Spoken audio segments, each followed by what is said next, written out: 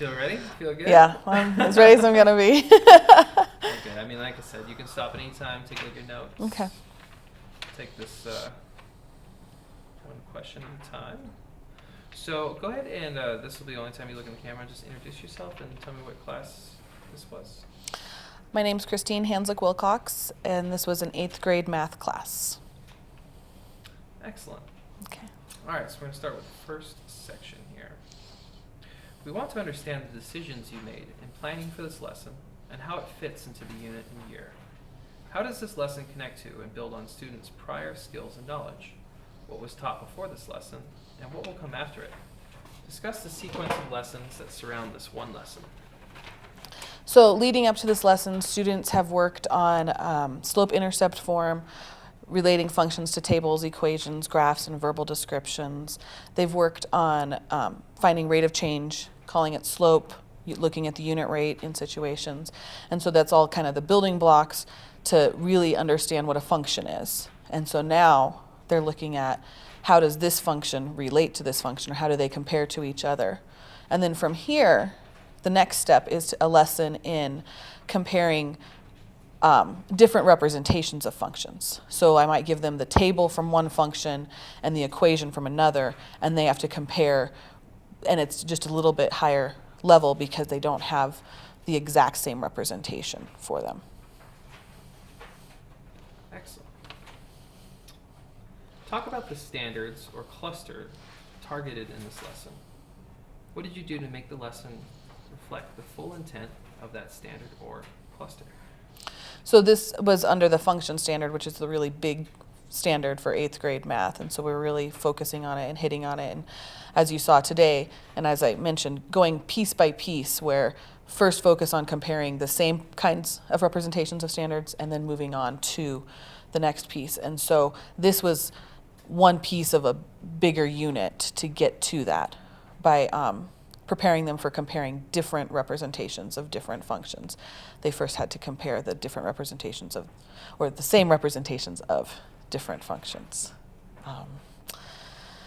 And also just building on what they've already learned on how to represent functions. All right. So the third part of this section. Which of the core action indicators do you think this lesson best exemplified, and how do you plan for this? We're talking from any of the 3 core actions? Yes. So this lesson, I felt like it worked on the practice part from core action 2 a little bit, because the kids were still practicing rate of change while they were comparing the rate of change. It also, I just lost it, sorry. Okay. Can I look at my notes? Yeah, I had it, I swear I did.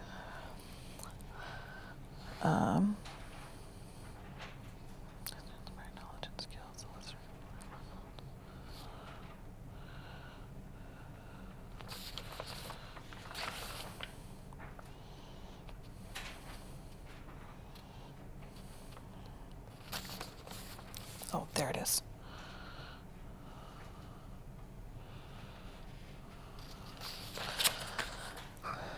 So from core, do I start over? Or, Oh, yeah. okay, start completely over from what I was talking about, or, sorry.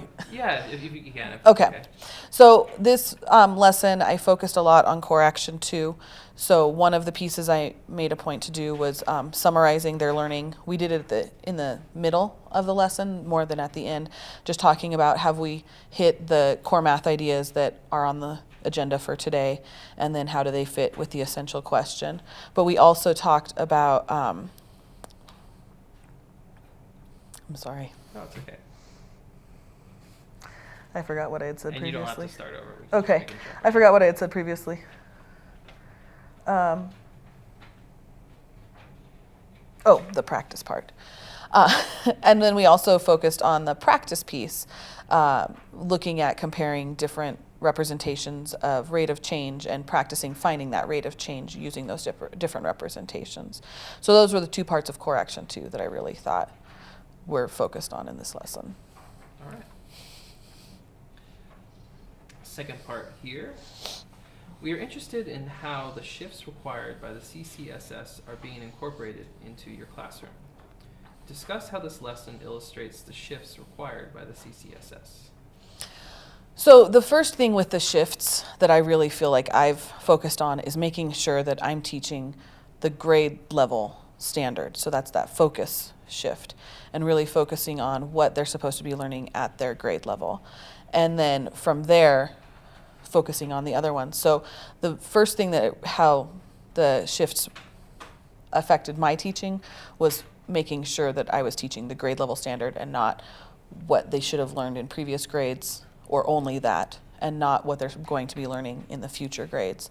And so within this lesson, it was really analyzing the standard and what are they looking at. So previously, when I taught functions before we got to Common Core, it would be represent this function using an equation, represent this function using a table, represent this function using a graph, and a lot of times it wasn't even a real world situation. Where now, this standard as an 8th grade is so much more compare the functions. And that was something, to be honest, I didn't really think of a whole lot before Common Core and before really digging into the standards and focusing on them. I think I might have answered 2 questions in one there. All right. So how did you teach the content of this lesson prior to the CCSS? What is the same and what is different? So again, that's previously I've probably taught functions. I did the old school function machine where you put in one number and you get out another number. That's your input-output relationship, but not really talking about the different representations that you can use with functions. And so the step further that I took today, after looking at the standard, was really looking at the different representations and how they relate to each other, how they compare to each other, and comparing aspects of those functions as well, in this case, the rate of change. Excellent. Take a little sip there. Mm-hmm. Because we're on the 3rd section. Am I talking too fast? No, this is great. Student engagement, student engagement is critical to the work of the CCSS. We want to understand how you ensure that all students had the opportunity to productively engage in the work of the lesson. How did the students handle this lesson? Did they understand the mathematics of this lesson? And how do you know? So with this lesson, engagement, I feel in general, engagement, the best thing you can do for engagement is to plan. Plan. And so with this one, planning how the groups were going to be set up and planning about who was going to talk to whom and what vocabulary I wanted them to use using the sentence stems really helped ensure that those students who maybe aren't as confident talking about math were using mathematics and using mathematics vocabulary to have their conversations. So that was one way I included them, especially that helps a lot with students who are on IEPs or students who are English language learners, and really kind of structures it a little bit more to help them with their confidence, because that's something I found that if they're not confident, that's one reason they're not engaged. And to help them find success in the mathematics, or to measure their success, I did notice there were some students who were struggling with the content today, and so I focused on them.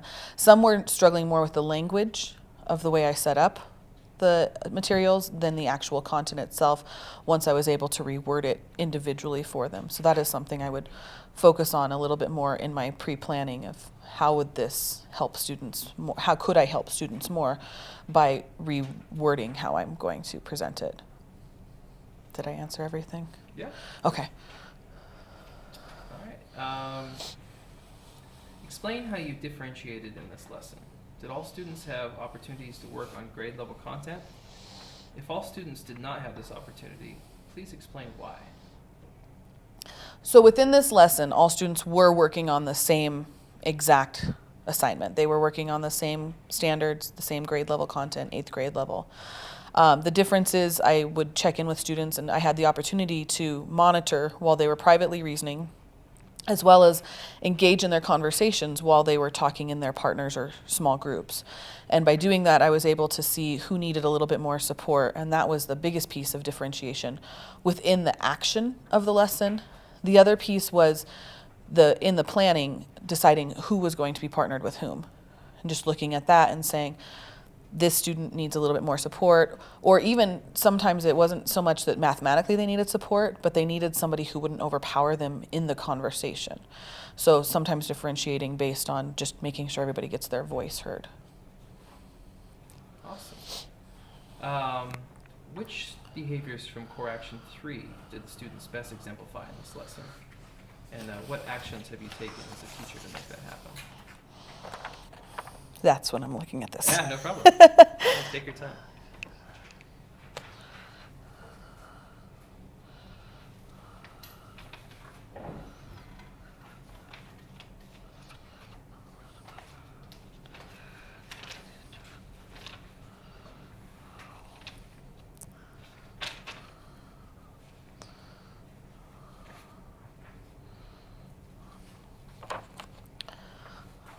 Sorry. Wait, one more time. Okay. I believe from core action 3, probably the piece that was demonstrated the most in this lesson was creating a culture where students had to discuss their mathematics. And one of the pieces that helped with that was giving them their sentence starters for how to begin talking about mathematics.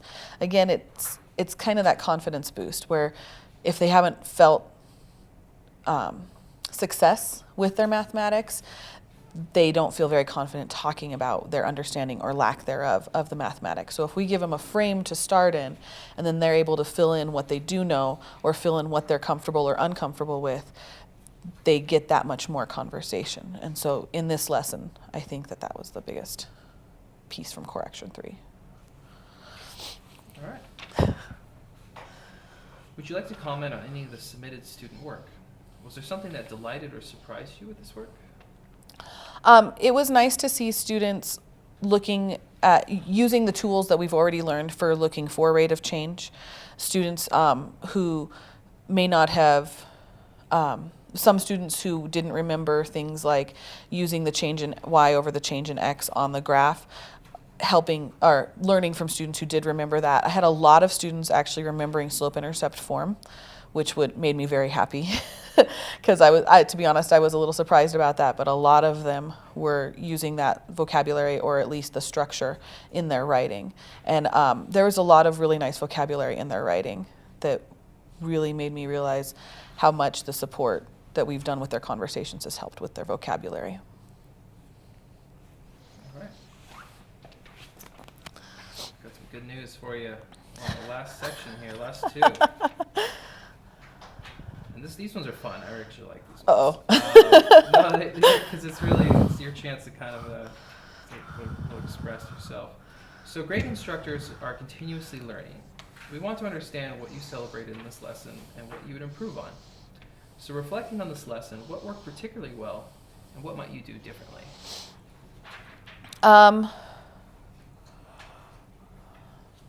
So particularly well.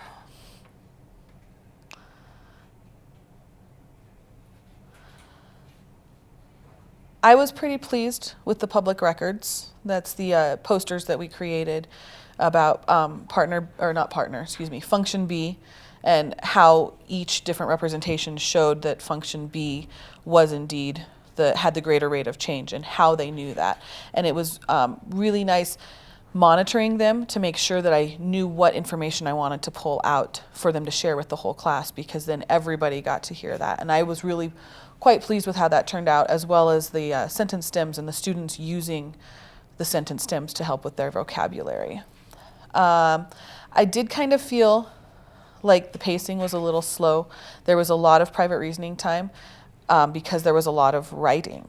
But the students, for the most part, used that. And so I would change it, maybe breaking it up more, doing writing and then conversation and then writing and then conversation, so that those students who are struggling with the writing could get some assistance maybe from hearing what their partner had to say.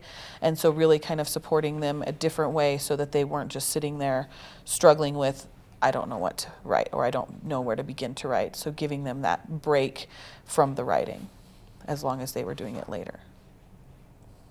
Awesome. All right, the last one. Here we go.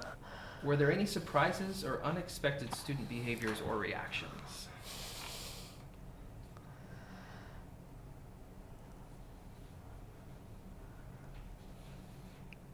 They were really quiet today, minus a couple. There was, I mean, like behaviorally, they weren't who they normally are, but academically, they were the kids I'm used to. Okay. That's it. No, that's perfect. Great job. And I did, I'll do a little panning shot of this. Do you want the other posters that I was talking about? Because they're all hidden right now. Oh, yeah. I'd love to. What I would love is, I don't know if you have any student work or the exit tickets or anything Right. to take photos of. Yeah, let That me would go be grab awesome. some of those. And I'll just take some photos of that with you. Okay.